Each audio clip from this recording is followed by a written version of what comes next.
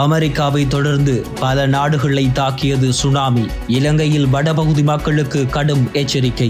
அமெரிக்காவின் தேசிய பெருங்கடல் மற்றும் வளிமண்டல நிர்வாகத்தின் தரவுகளின் அடிப்படையில் சுனாமி அலைகள் அமெரிக்க கடற்கரைகளை தாக்கத் தொடங்கியுள்ளது.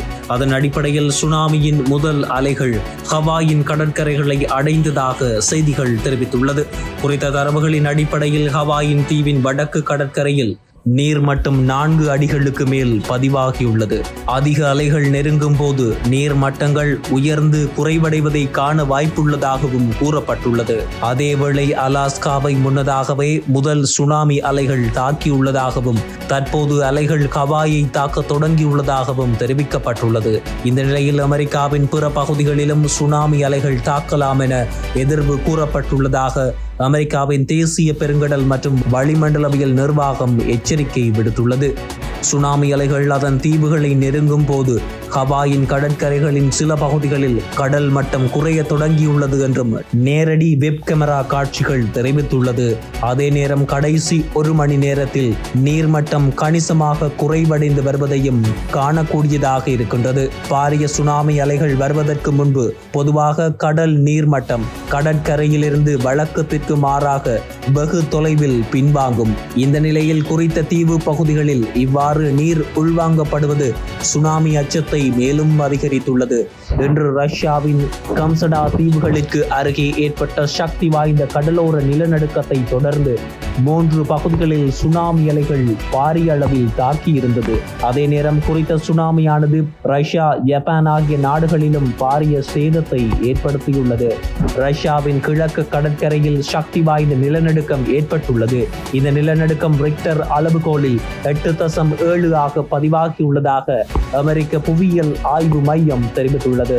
ரஷ்யாவின் கிழக்கு கடற்கரையில் ஏற்பட்ட சக்தி வாய்ந்த நிலநடுக்கத்திற்கு பிறகு கம்சடா தீவுகளில் 13 அடி உயர சுனாமி அலைகள் தாக்கியதாக வெளிநாட்டு ஊடகங்கள் தெரிவித்துள்ளது. அத்துடன் ஜப்பானின் கடலோர பகுதிகளுக்கு சுனாமி எச்சரிக்கைகள் நீடிக்கப்பட்டுள்ளது. கடல் அலைகள் 1 மீட்டர் வரை உயரக்கூடும் என்றும் எதிர்வு கூறப்பட்டுள்ளது. மேலும் ரஷ்யாவில் 2011ஆம் ஆண்டிற்கு பிறகு ஏற்பட்ட மிக சக்தி வாய்ந்த நிலநடுக்கம் இதுவே என்று குறிப்பிடப்பட்டுள்ளது.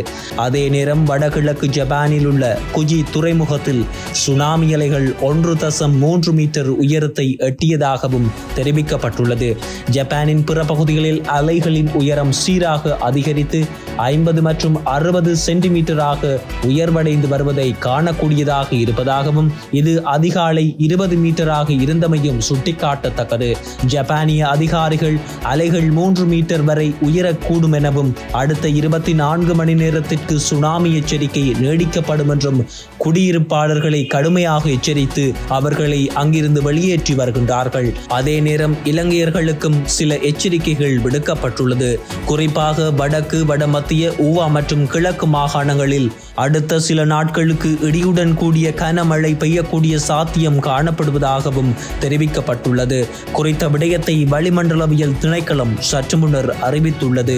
குறிப்பாக பிற்பகல் 1 மணிக்கு பிறகு பல இடங்களில் மழை அல்லது இடியுடன் கூடிய மழை பெய்யும் எனவும் சில இடங்களில் 40 கிலோமீட்டர் வேகத்தில் பலத்த காற்று வீசக்கூடும் எனவும் தெரிவிக்கப்பட்டுள்ளது. மேலும் இலங்கையின் பல பகுதிகளில் இன்றைய தினம் வெப்பநிலை குறித்தும் எச்சரிக்கைகள் விடுக்கப்பட்டுள்ளது. கிழக்கு, வடமத்திய மாகாணங்களிலும் வவுனியா மாவட்டத்திலும் சில பகுதிகளில் வெப்ப குறியீடு, அதாவது மனித உடலால் உணரப்படும் வெப்பநிலை கவனம் செலுத்த வேண்டிய மட்டத்திலிருந்து அதிகரிக்க கூடும் எனவும் வானிலை ஆராய்வு மையம் தெரிவித்திருக்கின்றது. இது சில நேரங்களில் 38 பாகை வரை அதிகரிக்க கூடும் எனவும் மக்களுக்கு எச்சரிக்கை விடுக்கப்பட்டுள்ளது.